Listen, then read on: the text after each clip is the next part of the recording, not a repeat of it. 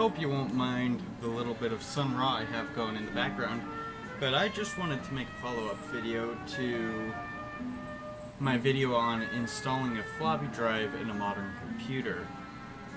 As you may recall, if you watched that video, which this will essentially be irrelevant to you if you didn't, ultimately the floppy drive would not mount any floppies, but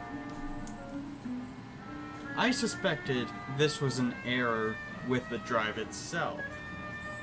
And here you can see I've plugged in another drive and it's mounted just fine. I've actually have Colibri OS installed on here. Let's see, is there something we can, yeah, the little home graphic, and you can see that opens just fine. What else? There's other images here. It's pretty slow. There's all the icons. It's slow as you'd expect, but that's just because it's a floppy.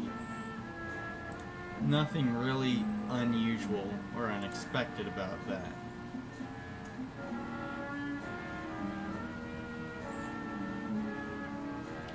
So I just wanted to say that the adapter board does work, and